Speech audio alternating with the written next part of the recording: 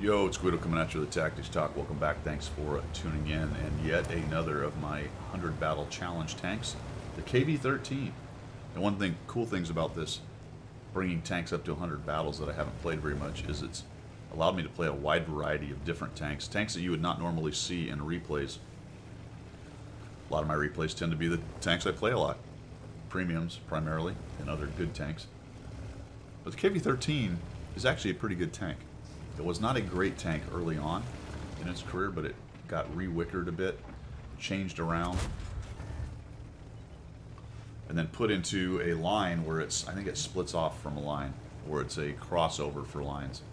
But it's a pretty good medium tank, kind of a strange one. Pretty good armor for a medium tank, not super speedy, but fast enough. So this is going to be about flexibility. We're going to talk about moving around the battlefield, going where you're needed, realizing when where you are is not the place to be. I do not have sixth sense, unfortunately. I don't have sixth sense either. I'm poor. No, I'm not poor. Alright, Cromwell B. There he is. Let's get a shot on him. This is a decent spot. It can be dangerous with three artillery. The good news is I sort of waited till that crowd was down below engaging the 01. So they're probably pretty busy shooting at those guys. So I'm going to hang out here for a bit. I know there's at least one of their tank up on that sniper area. There usually is. We saw the Cromwell, but there were a couple trees went down, so I'm guessing there's more than one. I started to flex right there and decided to stick around. What I wanted to know is if I popped out here and then went back, would I get spotted? And I did not, which was interesting. So I'm going to push in. And just then the 3001 appears, which is pretty standard. And there is a JP up there. I thought he might go right down there, but he doesn't. So the JP's sitting there. Let's see if we can get a shot on the JP. No. He's backed out. I need to get rid of this 3001 because he's kind of hurting my buddies. And he's got me lit. So I need him to be gone. What I'm going to do here is I'm going to actually auto-aim him, move my camera out until I can actually put the pipper on him and highlight him and then get an auto aim. So I can just come out and do that. I can drive in third person. Down he goes. Oh! And that was my own artillery, I believe. Thanks for that, own artillery.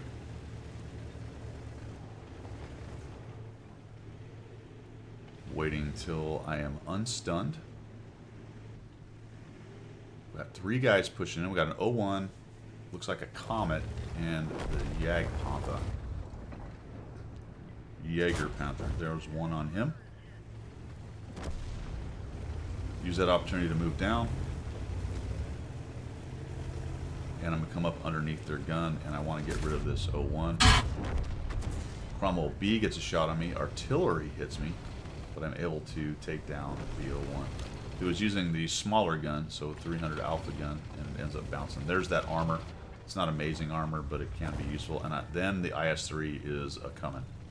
And I see that, and I say, you know what? This is not something I want to deal with. He can simply drive down there, and he's going to give all four of us as much trouble as we can handle. In addition to that, there's the KV-4 getting destroyed. In addition to that, there is a JP and a Comet up there as well to support him, which is just extra firepower. The KV-4 keeps getting hit. There he is. There's the Jag Panther. Wait for my reload. See if we can get another shot on him. There we go. Oh, he's looking at me. Get out of the way. IS-3A just pushes in. The JP's alive. There's only a Comet left there. This Cromwell B is there. Why the Cromwell B has not come off the hill and just rolled up that other Comet, I don't know. I get hit by artillery trying to get away. And I'm going to use this rock as best I can. You see I'm just using as much of it as I can to keep that JP from hitting me. I lost 2 crew members to that one bloody artillery shot. I sort of wish I'd have stopped and tried to take out the JP, but I could not fix my gunner. And then I think, you know what? He's still up there, right? Surely he's still there. That's just... You can't teach that, folks. All I did was line up where he was last on the minimap, looked at the terrain, aimed slightly above where the train was, and lo and behold, there he was. Not only did I hit him with a dead gunner. And I did not realize that my kit had regenerated yet. Yeah, so I didn't realize that I got that guy fixed, got the gunner fixed. Now I've got to wait another 90 seconds to get the commander fixed, and that's going to play a big part into this little series right here. Everything's been pretty copacetic, right? So I went over to the east side and we fought, and I fell back because the IS-3A was a problem. He's running into the Hellcat and the 40 TP. I could have stayed there and fought that guy, but I looked at the other side and said, let's see what's going on over here, right? So the IS-3A is one of their tanks that's left. I know where he is. The JAG-TIG 8.8 was over in this area, and the T-29's over in this area, but the rest of it's unspotted. So let's see if I can come over here and find out what's going on. In my mind, I have 6th sense. But guess what happens when your commander dies? That's right. You no longer have 6th sense. I take a shot, and I'm thinking, oh, they know where I am. I'm thinking, all right, I'll just back out here. We'll do this little turnaround, and I'll go ahead and hit. Nope, and I get hit. The JT is up there. He hammers me. The artillery gets a piece of me. And now I'm trying to get out of here. So I've taken damage I didn't need to take. And it was right there that I realized, you know what? I don't have 6th sense. There's another shot. I don't have 6th sense because the commander is dead. And the 8.8 is starting to move up the middle. Look how small my green circle is for my spotting range without a commander. So it's not just spotting that suffers when your commander's down. Your 6th sense goes away. I see the IS-3A is now pushing in towards the Hellcat. The 8.8 is obviously still across there because he shot me from across the map. I want to get away from the AT-8. I don't really want to fight him face to face. There's still 3 artillery, and that is going to be a huge problem if I try to do any kind of stand and fight. So I'm going to continue with the flexibility mantra here. And let's go over this way. We've got an IKV, a 40 TP, and a Hellcat. The AT-8's in the middle. The 8.8's way over there. The T-29 is probably on the other side of the map. And then I stop right here to start messing with this silly AT-8. I'm not ever going to pin him in the front. There's the 8.8 though. He is starting to move. So now we're getting pinched. And the IS-3A dies. So as I was moving over to maybe help them out, I note he dies, and that's fine. So we're going to come around this way. And normally I am one for cleaning up pushes, but we've got so many tanks back here. There's a JP-8 or a JP, whatever it is. What was it? JP2, not an 8. There's a JP2. We have our 3 artillery. These 2 are headed back. So I'm going to actually go after their artillery. There's a KV-2 unaccounted for. I can see the other 2 tanks, the T-29 and the 8.8. I'm fully expecting to run face on into the KV-2 right here. But I'm going to go after their artillery. With 3 artillery, there goes one of them. The GW got the M44. With 3 artillery on the enemy team, they are a factor late game like this.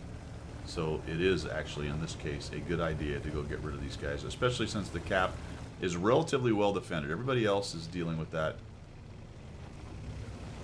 The IKV, I think, spotted the KV-2. For a moment, I thought it was me, but I didn't light. I'm going to come around here. They're hammering him. I can't quite kill him with a shot. I was hoping somebody would put one more shot in him. Then he appears. I fire, but I don't get any damage on him because he dies to the IKV. The GW, though, took down our JP2, so that was a bit of a problem.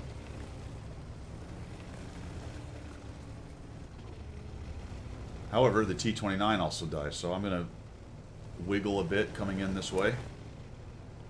One of the things that will let you down with this tank is the accuracy on the gun is not fantastic. I have a really poor series here. The 304 dies. He actually pushed up, so that was helpful. I was thinking about going around behind the 8.8. Then the 304 died, which is a good thing. I light up the S51. He doesn't see me, so I'm going to come up behind this bush. And I'm going to go ahead and zoom in on this guy. We'll just go ahead and zoom. We'll get a nice shot. No. Should have let it completely, fully zoom. I auto-aim and fire, miss. Trying to get a little lateral movement. Another miss. I'm just trying to spoil his aim. The GW is looking at me from over there. He gets a shot in a track. I miss him. The S-51 fired and missed. So he's on a reload. GW reloads pretty quickly, fires pretty quickly. The S-51 takes considerably more time. But it's been a while, so now I'm coming back in here. I find him. And a miss.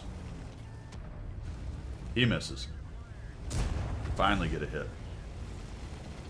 GW fired, so I keep on moving. Down goes the S-51. Going right at him for a moment, you can see that he's trying to aim. Now let's go ahead and put some lateral movement. Try to force him to open up his dispersion a bit. A miss, a miss. A hit and a crit. I think I've tracked him. He fires. Because he was tracked, get a shot on him. Another shot, now that we're nice and close. And I just figure I'll finish him off by ramming, because why not? Down he goes. Flexibility, man, with the mediums, with the faster tanks.